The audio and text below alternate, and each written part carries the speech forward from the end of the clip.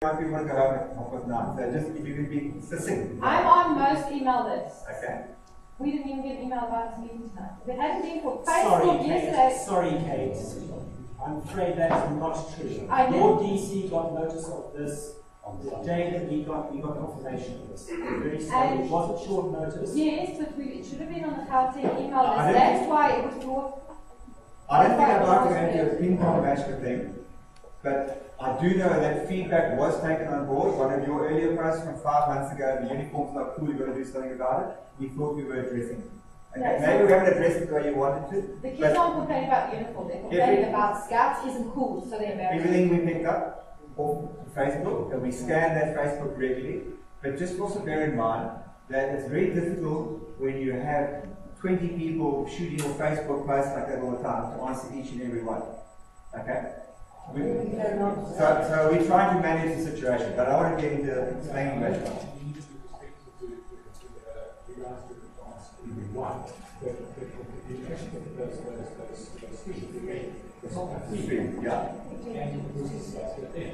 Yeah.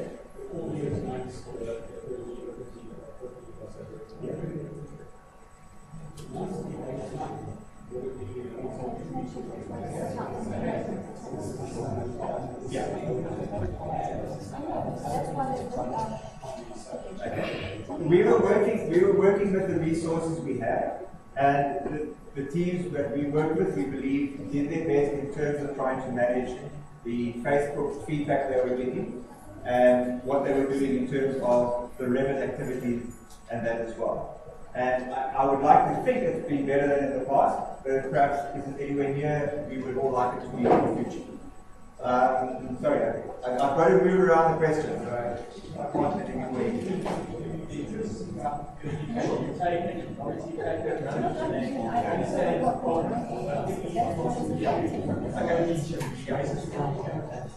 We're going to start moving through the questions. Have you got a question? You talked earlier, you started this discussion about relevance. Yes. Define what you mean by relevance, yeah? And in terms of the particular organizations what do they do to create that relevance? Let's compare us as a scouting movement to the A&Rs of the world, or the Athletics Association, or the Swimming Association, or whatever, and let's start looking at the differences and where we deviate. Okay. So that adds relevance. All right. I'm happy to say question of visibility of this together ones we've got. I'm happy to answer it, or get you an answer, but let's start going into the relevant questions. Okay. I think, can I answer the relevance one? Because it is actually right at the start of the discussion, I think. It was, if you don't mind, if that's okay. What I mean by relevance is that when you talk scouting, people say, yes, I know about them, I like what they're doing, and they're having a right impact, so I can support them. They're doing something in our society. Okay. And it's of sufficient numbers to carry influence.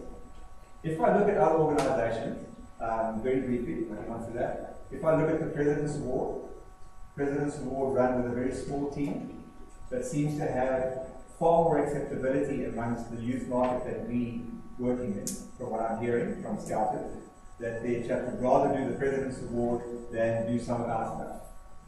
Now that's, for me, is relevant. If I look at the Wetlands Trust are doing scouting type stuff. They're getting guys outdoors, they're doing a bit of a program, they've got a structure in place, and they give awards. They actually give like a monetary equivalent in terms of their recognition. Because they're well funded. No, they're not paying guys to come. Here we go. They are giving awards that the guys can then cash in and get something in return that supports that organization. So they're doing ecological stuff and they're working within the community, but they are in a different space with their recognition of the award.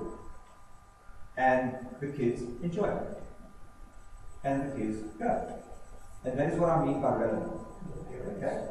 Why loyal? How do the parents arrange it? So I'm a fee, I'm an instructor running around the parent association. So people get kids involved. All the parents involved. Do we have another? Do we have another structure? Do we have the same LA facility? We want to get parents involved. We want to get volunteers from an adult perspective.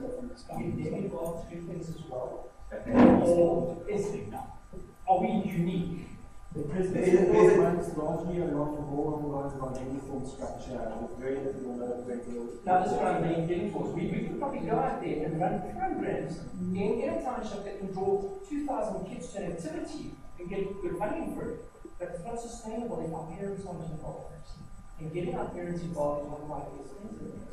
That's a challenge. We all trying to address. Yeah, agree. I think we're all on the same page. Sorry. Just to model, I don't think we can model it on a wetlands or say they've got relevant history and numbers because they're different to us. We are unique from that perspective. So if we can find another. Sorry, can I just say we're only unique because of what we have in place in our structure. Okay, we are a youth organization in the youth space, using the outdoors as our canvas to provide our excitement, our fun and adventure. That's the only real difference. We have aims and methods, which they are piggybacking on. So while they're piggybacking on, and their structure is getting them 125,000 scouts, and we go to 14. That's the business model. Okay. The organizational model. The organizational model is different. Correct. Right. And you've got to decide, are we going to be a community-based organization, essentially volunteer community-based, or are we going to put business drivers in place and run it more efficiently? Is that what you're talking about? Or somewhere in between. Okay. So let's then go on to the question. Let's start with sorry. I think a lot of the points, even the relevance are perfectly valid. However, there's not enough of this being documented and shown to the rest of us. So you say the wetland program is great because of this. So put that down as a pro, and then the con. There's no pros and cons being drawn up and shown to us. So there's no buy-in. So that's why you're getting a lot of negativity from people. And I feel that if you show us a lot of evidence, especially going right back to your opening statements where you said that there's 7 studies, 61 recommendations. Where are they? They documented in 3 studies that were done and presented to the National City in 2000, 2003, and 2000. There's 4 people read. All right. Okay, I'm not responsible for what's happened up today. I'm partly responsible because I've been a member all my life. But other than that, I don't think we can solve that. I'm giving you what we found, and I'm trying to share with you what we came up with, some proposals that can try and address all of this going forward. And I know some of them are unpalatable, and some of them are misunderstood. And I'm trying to clarify the misunderstood ones, so at least we can tick off the ones that we can go on.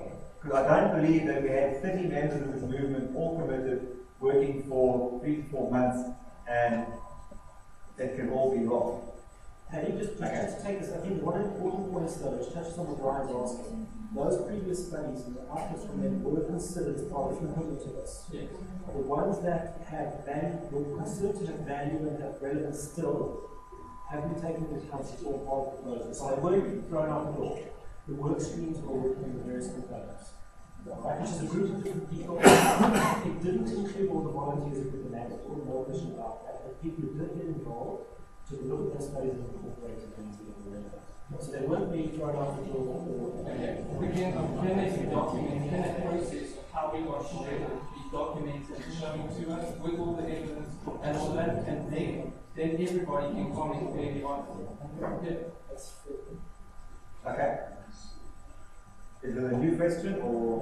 Just need a bit of clarity yet. Sorry, she hasn't been introduced previously. I just need to get a bit of understanding of what you guys do as a company and your background and stuff from the point. So, I mean, I'm nowhere attacking the business at all, but it's just let's get clarity on what you guys do and how you're approaching it. Can I get the thumbnail version? I would like to get back to specific questions.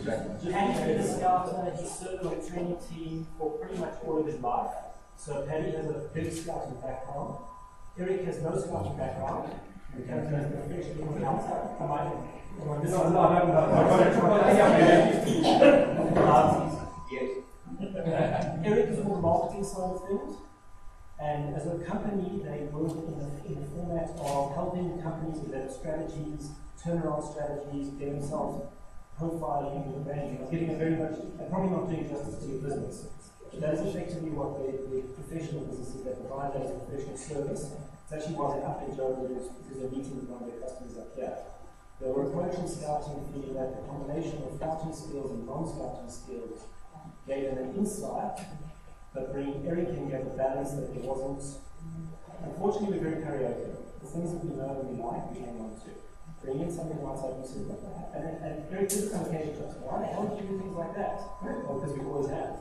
Okay, yeah, it's probably more important to understand our background before our company. Eric and I worked in the corporate arena, and we pretty much ran Shell's operations in Africa. I ran the supply and distribution chain in Africa, 33 countries, and Eric ran the marketing side in the same company.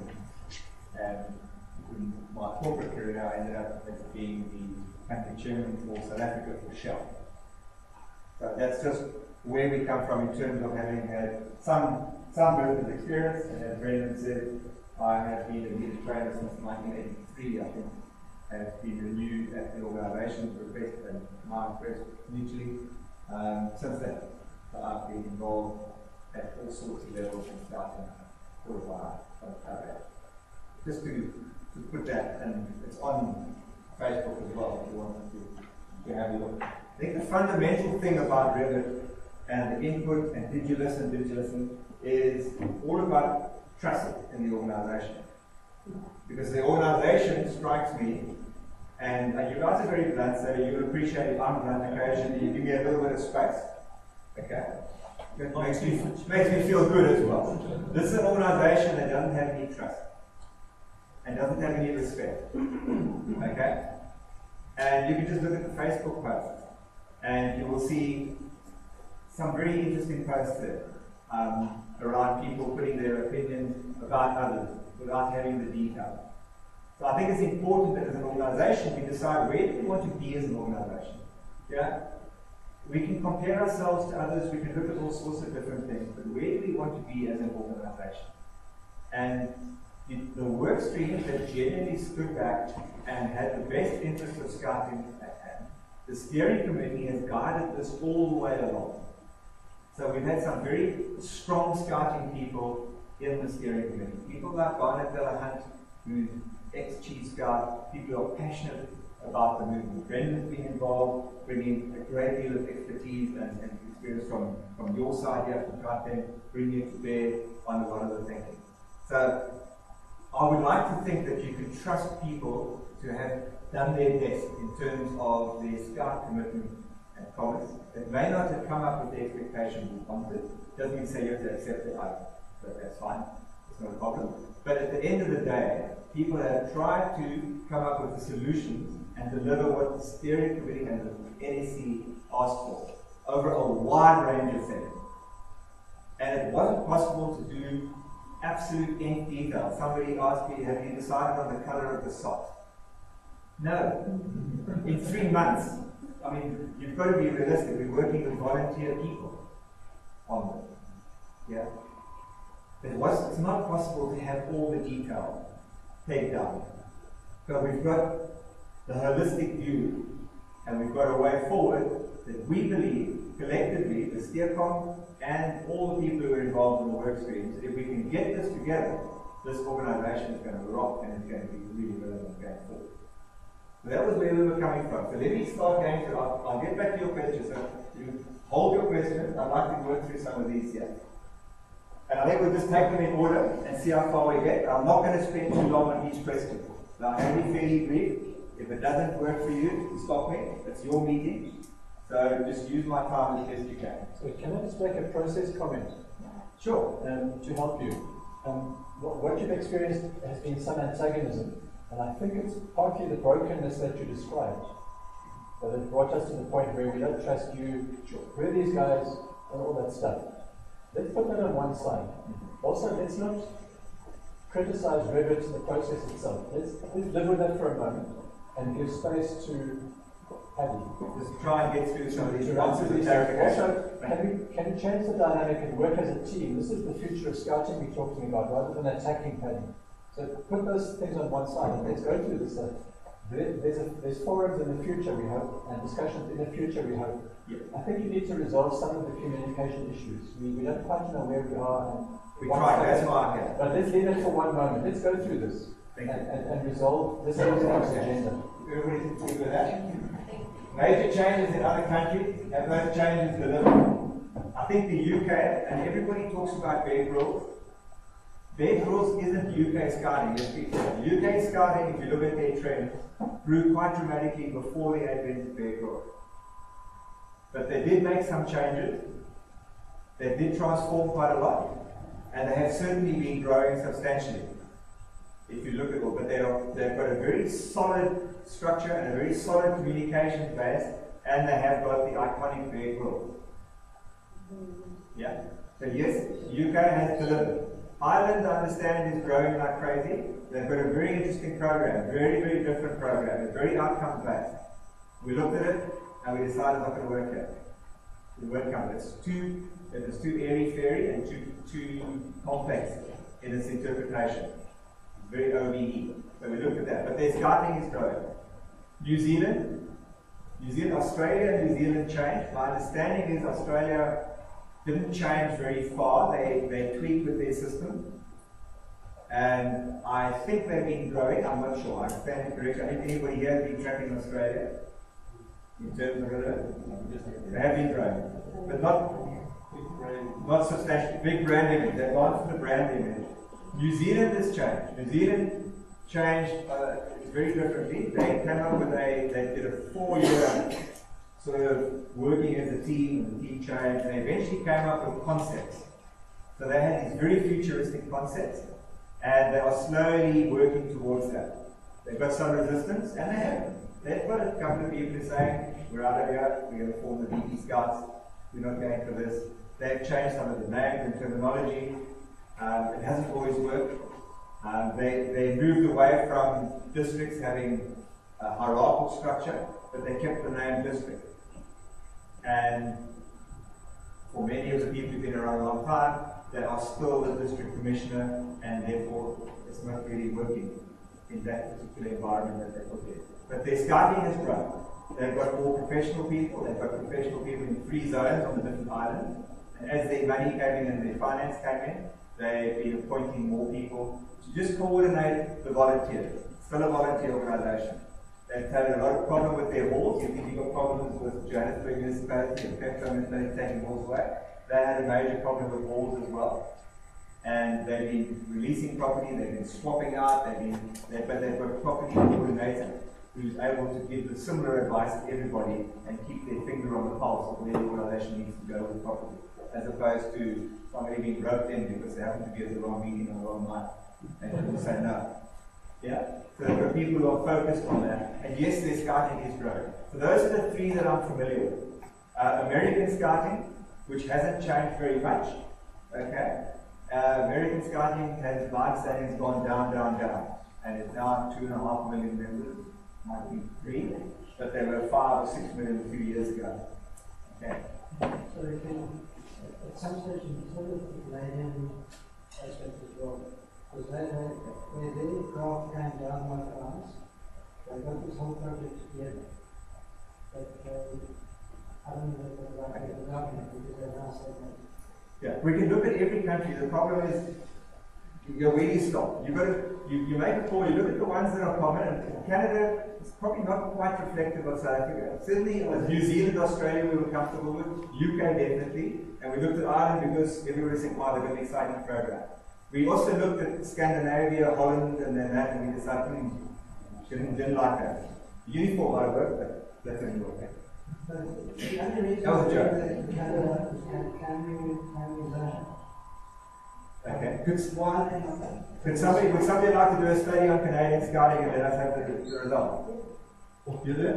Okay, thank you. Just send it to us and we'll share it, send it to everybody. But my view will be totally different, because all the countries you're talking about at the moment, England scouting was on its knees. It was falling onto its back. And they brought in leaders. The Canadians brought in leaders. Okay. I know where you're going. Project Revit. Here. Okay, Project Every Revit. single one of those countries have grown. Because they brought in that other age group. You've got to look at where the growth is in terms of numbers or where you're delivering your programming or scouting. So I think You're delivering it all the way up. I don't want to get involved in arm wrestling about meerkats because Project Revit told meerkats are not part of the current structure. If you start going on meerkats, it's going to delay you even longer. So rather just concentrate on what's broken and fix it, and we can deal with meerkats later. Yeah. Okay, so please see meerkats as something outside of Revit, just for the purpose of tonight. You might disagree with that logic, but that was what we were taught. So let's move on from here. Okay, are we not being funneled into a choice of first world or third world? Well, hello. We actually live in a choice, a mix of first world and third world. Now you can decide. You can decide what scouting you want. Whether you want to have separate scouting, which was decided by the organization about 3 years ago, or you want to try and come up with a model that actually works for everybody, that gives enough flexibility for people to be able to do scouting. Because what is it all about? It's all about delivering our aim, which are characters, citizenship, and development, mind, body, everything like that, using the methods that we like. Yeah? The outdoors, the patrol system. That all stays. Okay? Let's be very clear about that. And that works whether you first world or third world.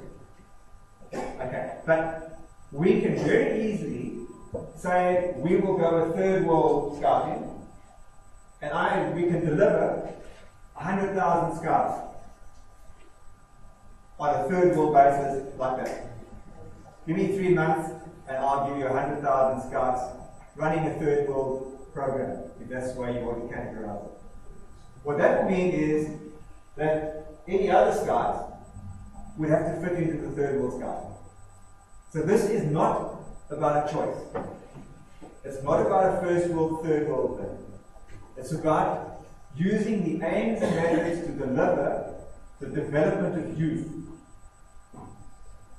And it's not about youth in my troop, because I've got 30 youth and I'm good and it's working. It's bigger than that for the national organization. The national organization has to say, if I believe in scouting, if I believe in the aims of scouting, then I must get it to as many youth as possible. Not to 14,000. I've got to get it out there to more. And I've got to make the system robust enough to be able to accommodate that. We had, I'll get to you later. We had at one stage 400,000 scouts. How many years ago? 3 or 4 years ago. And we stopped them. We said, you're not proper scouts, because you don't do proper scouting.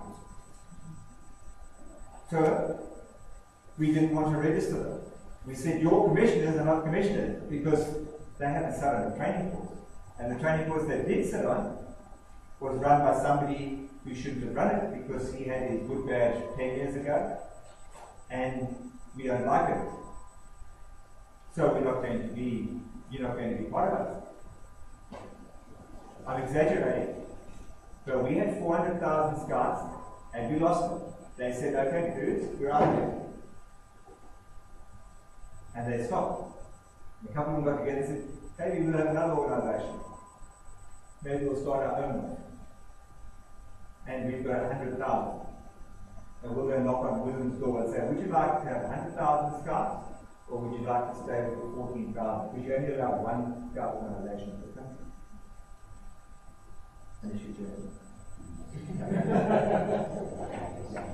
And we had 40,000. Because our structure didn't allow it. And people in the structure said, no. They're like, you're not going to do proper scouting. But the kids were there. They were there regularly. Yeah? They were there with their teachers. And they were proud. But a lot of them, their uniforms are in a box. And they get to scouts and they put their shirt on. And one week I might be a Springbok scout, the next week I might be a Leaping Wolf. Because the shirts all just get washed in the box. But they do stuff. They're working in the patrol method. It's foreign to us. It's foreign to us, but it's real to the kids out there. But we stop them. As an organization, we stopped them. And what we're trying to do is avoid getting into that situation. We're trying to come up with a proposal that works, whether you've got big resources, whether you've got no resources. A scout is a scout is a scout. And we said that in a lot of our Revit stuff in our meetings. Sorry guys, a scout is a scout is a scout. And it's not about resources. It's not about having the parent with a 4x4 get you into the mountain and say you can do a fancy hike. That's not. It works for some. That's not what Baden Powell wanted. He wanted many kids to experience the aims of scouting, to go through that. And the only way to do that is to attract them and to keep them for as long as possible. Do we measure our numbers? No, we don't track our senses. Do we measure how long we keep our scouts? No, we don't. Do we look at Star Awards? Everybody says to me, you can't stop Star Awards, you're crazy. What's the DC going to do? I'm joking, that's a joke. But I looked at Star Awards. Star Awards is the biggest ever rubbish game. Give me a break. It tells you that 30% of your kids go camping, and everybody says you've got to have camping in the program because that's all we do. Okay. I get told you've got to have a Springbok Scout. It is the ultimate in scouting. And I said, fine. Of your 14,000 members, how many do you get every year? How many Springbok Scouts does South Africa produce every year? How many? 30 or so. No, don't be conservative. Be generous. 100. No. I've never seen a figure of 100. 30 to 40. Yeah? Good? More occasionally we've got up to 60, but it's occasionally when there's a vibe and you get a group and suddenly they get 10 Springbok Scouts. But generally, okay, 60. If you're producing 60 Springbok Scouts a year, can you honestly say the Springbok Scout is the be-all and end-all of being a scout? You can't. If you're honest with yourself, you can't. Sorry? Oh yes, for those 60 kids, absolutely. But I'm worried about the other 13,940. Not the 60. I'm worried about all. But I'm worried about why aren't those other 13,000 getting there? Is it because it's not relevant? Is it the resource? I don't know. We're trying to work it. Okay, so we've got that question. Centralized. Sorry, Paddy? I was going to come back. I've got a question here which we've taken. I was going to ask a question first place. It's just a very important thing to get that. My concern is that we're going to be told, here's a program on to see. Now we're counting, we see certification doing. Okay, so the relevance to us is, okay. I mean, you can explain, but generally speaking, I'm not going to be involved in the weekend project. My concern is, we're going to be, the situation here is, you said it correctly, we're in a split first third world country. Not just that, we split culture, we only split cultural country in the world. According to Corn's case. Okay, we're going to get a very complex discussion. Rather just get the point. We split. Yeah. Is it not possible to have a Sea Scout program, Land Scout, Air Scout, and a Community Scout completely different? So you will say, I want to get Community Scout, and that is saying which is driven for rural areas. Because my concern that one of your goals is to ensure there's one Scout association. Now, you are 100% right. This organisation is down. There's no question about it. And the fact is, we're a bunch of monkeys who want to get a word. We're taking our own world capital, wanting to do first world scouting. We cannot do a third world scouting, but we'd like to remain part of it. I think we need a program that allows us to choose to do this, do that, and still remain part of it. I think you've got the point, we'll get back to that. Can you understand that scouting is not first world or third world? Scouting is about the aims using our method. Yeah. And you can do that whether you live on a park bench with a whole lot of street kids, or you live in Santon or Houghton, whatever it is, and you've got access to endless resources. Those kids can have the scouting experience. Yeah? What is a scouting experience? Well, we're trying to unpack that, because that's the challenge. Because nobody will agree what the scouting experience is. It's been a nightmare to say, what is it you're offering kids? And you can give me a list like this, 150 things you're offering kids, but you can't. You can't go to kids and say, that's what I'm offering them. You've got to, what is the core proposition? We're working through that. We're trying to. We've got a bit distracted trying to answer a lot of other questions and then Sorry, on your question about Springbok Scouts. Yes. I mean, I was never a Cavalier Scout. But could all the Springboks in the room please stand up, all parents of a Springbok Scout? And I think you'll see the reason we have Springbok Scouts. Okay. This is your future adults involved in this system. I'm glad to hear. Clarity on this. This is representative very much of Gauteng Scout. Let's make no mistake. Okay, sorry, Gauteng rocks. No, it does. Let's make no mistake about that. Gauteng is sitting and delivering almost between 40 and 50% of Springboks year by year. Okay, so we've got a very productive program. That's linked to our resources. If we took this exact same meeting to Sakala and Producer and asked the same question, no one would stand up. I think that's the challenge we face, is we're not just scouting that's this, or scouting that's the whole province. So, what your point is about for this audience is not necessarily even our whole province. Okay, thanks, Brent. Mike, can we come back to that later? We really got to just cover some of the other questions. Just a point that how many people in this room are not Springbok Scouts, or why don't we have more of them? I really don't want to go down the argument, and so we can ping pong Springbok Scouts for mine. I am giving you some exaggerated statement. We are trying to emphasize some point. I want you to think about it. That's the point. It's very easy to do. I'm trying to give you some things to think about. On the program, Eric's point, I haven't actually answered the question.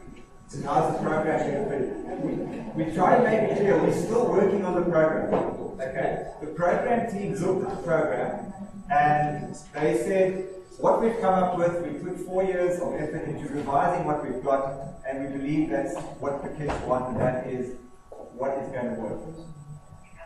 Now, the view of a number of people on the Revit team was that if we are going to avoid this first world, third world, and we really want a program that attracts and retains scouts,